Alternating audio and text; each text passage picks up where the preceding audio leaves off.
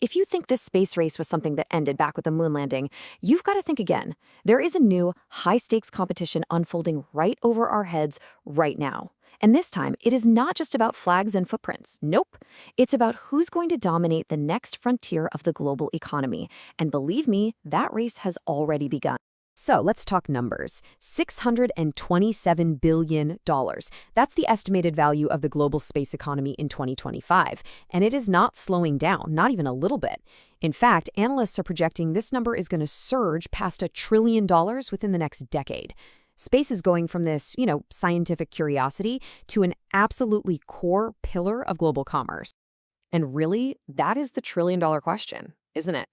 Because whoever comes out on top, well, that's going to define everything. We're talking global communication, national security, even who gets to write the rules for exploring the moon and beyond. This is truly a battle for the ultimate high ground. Okay, so at the very heart of this rivalry, you've got two global superpowers, the United States and China. But what's so fascinating here is that they're not just competing with rockets. They're competing with entirely different philosophies, completely different blueprints on how you even conquer space in the first place. And these two blueprints could not be more different. I mean, look at the US model. It's all about public-private partnerships. Think NASA teaming up with commercial giants like SpaceX. It's built on a coalition of allies, right, through the Artemis Accords, which push for these open, peaceful principles for exploration. Now, on the other side, you've got China's state-driven model. It's centrally planned. It's deeply integrated with their national strategy. And they're building their own coalition around their International Lunar Research Station. So the long-term question is huge. Is space going to be governed by open source principles or by a top-down state-controlled framework?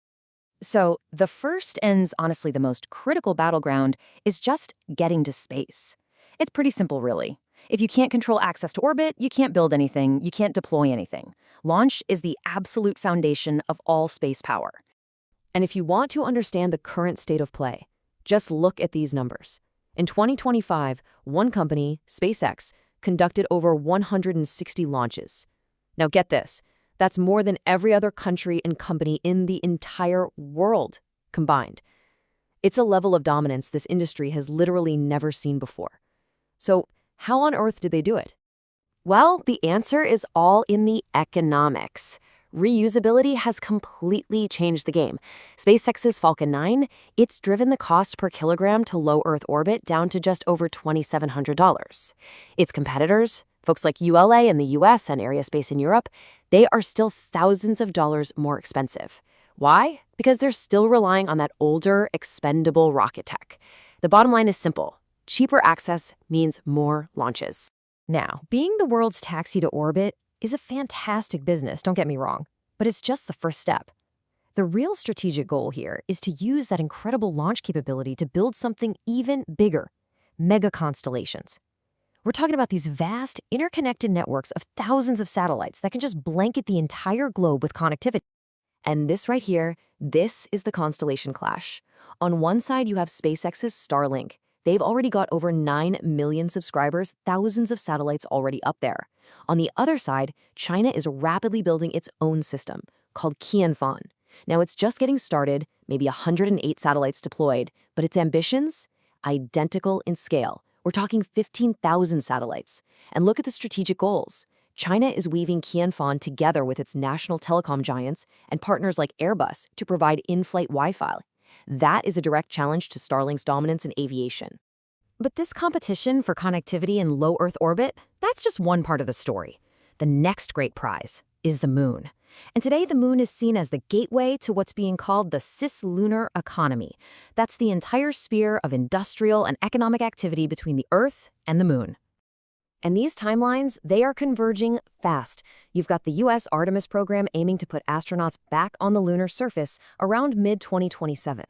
But China is right on its heels, targeting a crewed landing by 2030. And what's even more telling is China's goal for 2035, deploying robotic mining infrastructure. See, this isn't just about exploration anymore, this is about industrialization. But, it would be a huge mistake to think this is just a two-horse race. The new space era is multipolar. Other nations are rapidly building their own, very impressive capabilities, and they're forging a kind of third path right between the two superpowers. And no country exemplifies this better than India.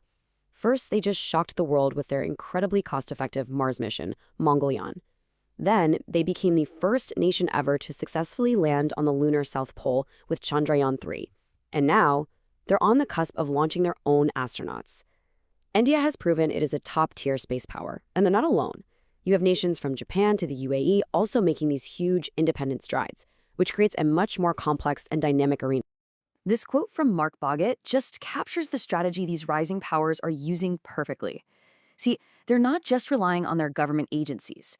They're building their own sovereign capabilities by partnering with their own growing commercial space sectors. It's this clever model that builds up their national security and their economic strength all at the same time. So, at the end of the day, we're left with this question. Space isn't out there anymore. It's becoming as fundamental to our daily lives as the internet or our power grids or global shipping lanes. This competition to control this new domain, it's not just about orbital mechanics. It's about who is going to write the next chapter of human history, both up in the heavens and, maybe more importantly, right here on the ground.